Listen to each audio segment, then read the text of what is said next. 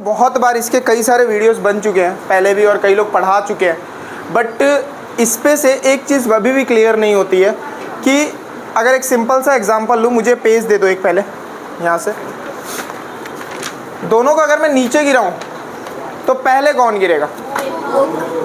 पहले कौन गिरेगा? देख लें, पक्का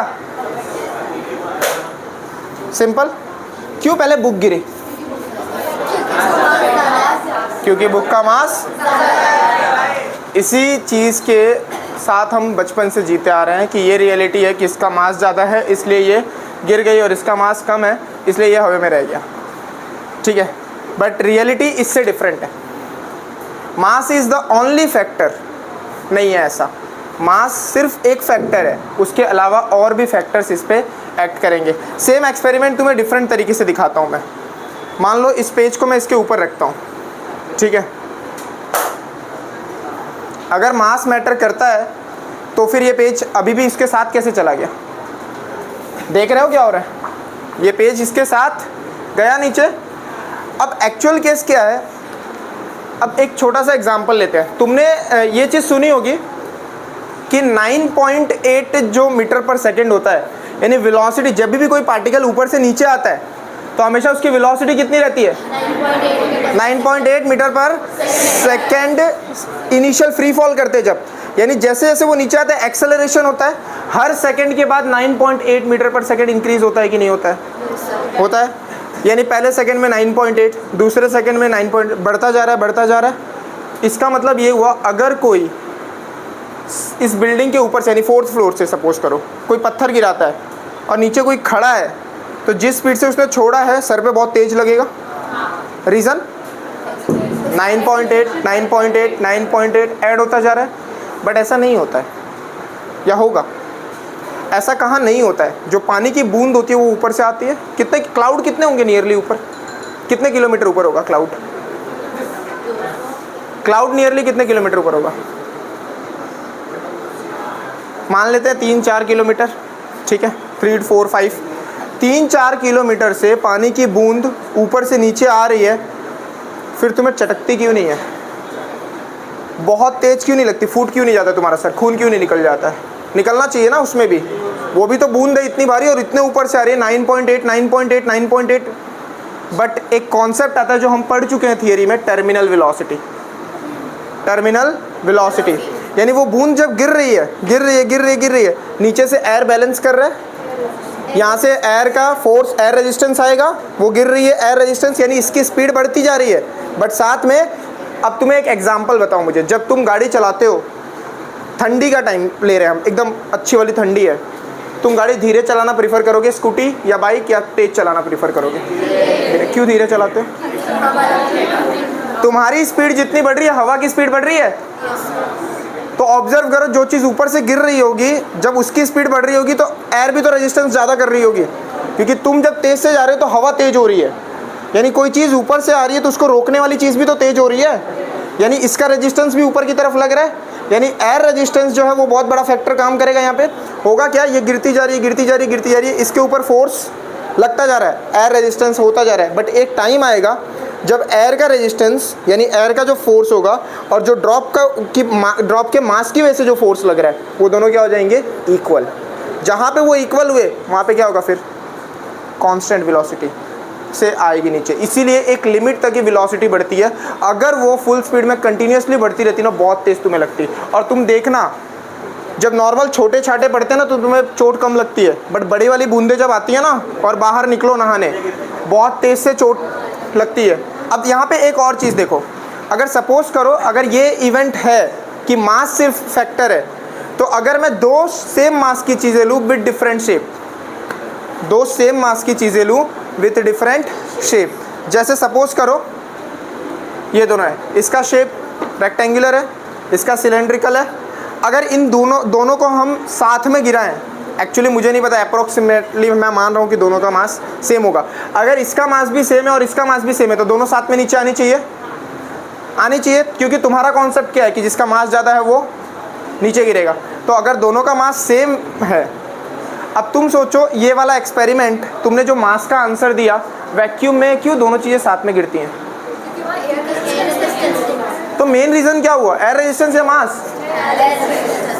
तुम सोचो जब वैक्यूम क्रिएट कर दूं जहाँ पे एयर ही नहीं है, वहाँ पे दो सब्सटेंस एक साथ गिर रहे हैं, अगर दो सब्सटेंस एक साथ गिरे, तुमने देखा होगा एक है ऐसा वीडियो बनाया हुआ है, फॉरेन का वीडियो है वो, हाँ, उसमें फेदर को लिया है उन लोगों ने, अगर दोनों चीज़ें वैक्यूम पूरा क्रिएट किया, एयर नहीं है, छोड़ते हैं तो वो पूरी नीचे साथ में जाती है कि नहीं जाती है? वो साथ में नीचे क्यों जा रही है? क्यों? मास तो ज़्यादा नहीं है दूसरे वाले का। मास ही तो मेन आंसर था तुम्हारा, पर मास हमेशा, मास खाली फैक्टर नहीं है, उसके अलावा और भी फैक्टर्स हैं। इनफैक्ट अगर दोनों साथ में गिर रहे हैं वैक्यूम कंडीशन में, मतलब मास तो बहुत ही कम वाला फैक्टर है देखा जाए तो। डोमिनेटिंग फैक्टर कौन है? Air resistance.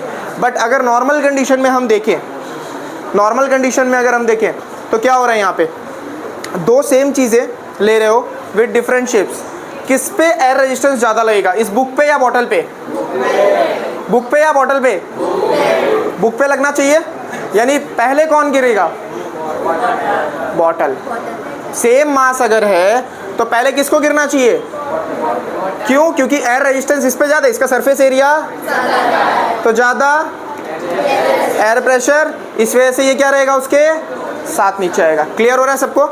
देख लें एक बार, मुझे नहीं पता, हो सकता है मास थोड़ा सा ऊपर नीचे हो, मैंने ट्राई करवाया नीचे से, बट एग्जैक्ट मास वाला कुछ नहीं मिला। तो अगर हम देखते हैं तो पहले कौन गिरेगा वो हमें देखना पड़ेगा, ठीक है? अगर ये पहले गिरेगा ऑब्वियस ये चीज़ प्रूफ हो जाएगी क्योंकि इस पे एयर रेजिस्टेंस ज़्यादा है। सो देखें 1 2, कौन पहले आया? बॉटल पहले आया, बॉटल पहले आया। क्लियर हुआ? बॉटल पहले आया, यानी क्या पता चल रहा है कि मास तो दोनों का सेम था नियर अबाउट, पर बॉटल पहले गिरी। इनफैक्ट बॉटल क्यों पहले गिरी? तो एयर रेजिस्टेंस कम लग रहा है। एयर रेजिस्टेंस किस पे ज़्यादा लगेगा? जिसका सरफेस एरिया, किसका था सरफेस एरिया ज़्यादा? बुक का। सो क्लियर हो रहा है, यानी मास जो है वो पूरी तरीके से रियल फैक्टर नहीं है, जो रियल फैक्टर है वो है एयर रेजिस्टेंस। तभी तो जब वैक्यूम क्रिएट करते हैं तो हर चीज़ एक साथ नीचे आती है, हर चीज़ एक साथ नीचे आती है। और यहीं पे तुम्हारा इस चीज़ को अगर तुम समझ गए तो टर्मिनल वेलोसिटी में कभी दिक्कत, ओ मियाँ बीबी यहाँ देखो, टर्मिनल वेलोसिटी में कभी दिक्कत नहीं आएगी। क्यों नहीं आएगी? सिंपल सी चीज़ है, क्योंकि ऊपर से नीचे आ रही है चीज़ें, तुम्हें पता है ये फोर्स लगा रहा है। और हमेशा दिमाग में सोचो, जब तुम ड्राइव कर रहे हो, साइकिल चला रहे हो, या हमेशा ठंडी में क्या कोशिश करते हो जब तेज़ हवा चलती है कि तुम थोड़ी स्पीड कम रखो, क्योंकि ठंडी ज़्यादा लगती है। ठंडी ज़्यादा लगेगी यानी क्या होगा? क्यों लग रही है ज़्यादा? क्योंकि तुम तेज़ हो रहे हो तो एयर रेजिस्टेंस भी तेज़ हो रहा है, यानी वो भी तेज़ हो रहा है। तो जब ऊपर से कोई चीज़ नीचे गिरती है तो उतनी ही तेज़ नीचे एयर भी काम करता है। और इसकी वजह से दोनों की स्पीड जब सेम हो जाती है तो एक कांस्टेंट वेलोसिटी से वो बॉडी मूव करने लाती है। यानी जैसे इनिशियली यहाँ से यहाँ तक उसने गेन कर ली स्पीड 50, यहाँ पे दोनों का एयर रेजिस्टेंस और इसकी मास की वजह से या जो भी फैक्टर की वजह से ये सेम हो गई। अब इसके बाद इसकी स्पीड में कोई चेंज, यहाँ से पूरा नीचे तक कांस्टेंट वेलोसिटी से मूव करेगी, और इसी फिनोमिना को बोलते हैं टर्मिनल वेलोसिटी। सो क्लियर हुआ कि खाली मास जो है वो फैक्टर, अगर खाली मास फैक्टर होता तो इन दोनों में, दोनों साथ में आने चाहिए। ये पहले क्यों गिर रहा है? क्योंकि इस पे एयर रेजिस्टेंस, इसका सरफेस ज़्यादा, एयर रेजिस्टेंस। क्लियर हुआ कॉन्सेप्ट? सो इसलिए अब से कभी कंफ्यूज होगे कि कभी भी क्वेश्चन ऐसा बहुत बार आता है कि दो, हम एक हल्की चीज़ फेंक रहे हैं, एक भारी चीज़ फेंक रहे हैं, वैक्यूम में फेंक रहे हैं, तो दोनों साथ में गिरेंगे? यस, साथ में गिरेंगे। अगर वैक्यूम नहीं है तो क्या होगा?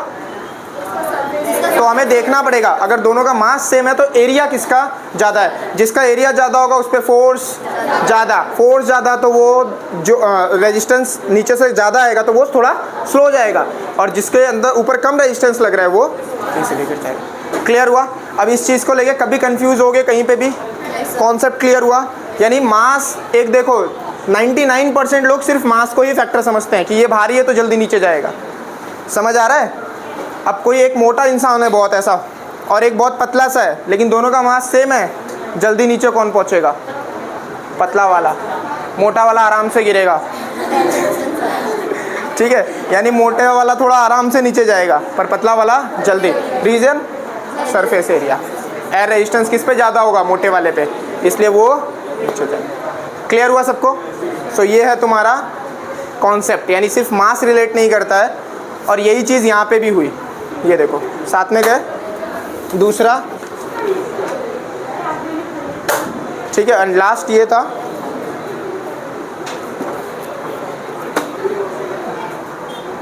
पानी वानी हो जाए तो कोई दिक्कत नहीं है।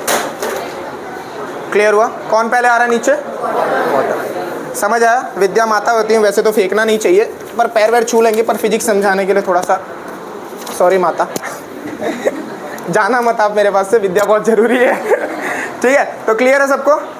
ठीक, सो ये था हमारा, समझ आया? देखते हैं फिर नेक्स्ट क्लास में।